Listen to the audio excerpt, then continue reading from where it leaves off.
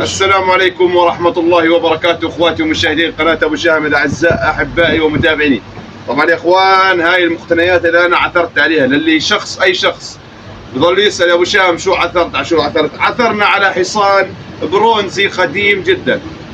هذا الحصان يا اخوان عثرنا عليه داخل قبر فارس.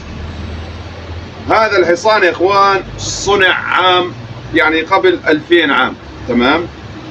فيا اخواني يا حبايبي مش كل فيديو بينزل على اي موقع تواصل اجتماعي يصدق، مش كل فيديو شخص عثر على كنز يصدق. هذا مصنوع من الجبصين يا اخوان.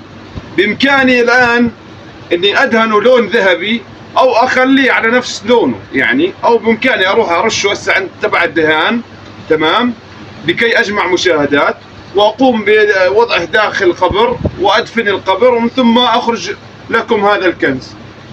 يا اخوان مش كل اشي حقيقي بتشوفوه على القنوات، ومش كل شخص بعثر على كنز بصوره، لانه هذا شيء ممنوع وعليه مسألات قانونية، وما في اي شخص يعني ببحث على كنوز بيكون قلبه قوي، دائما خائف، دائما الباحث عن الكنوز خائف يا اخوان.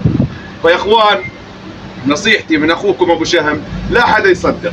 يعني هذا عبارة عن تمثال مصنوع حديث، هذا جبصين ورجيهم، هاي جبصين يا اخوان مصنوع حديث. بامكاني اني ادهنه لون ذهبي واصور لكم فيديو واخدعكم.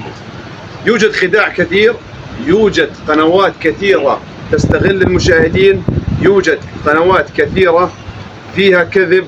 فأنا ما بدي أخرب على قنوات، لكن هذه القناة فتحت للتوعية.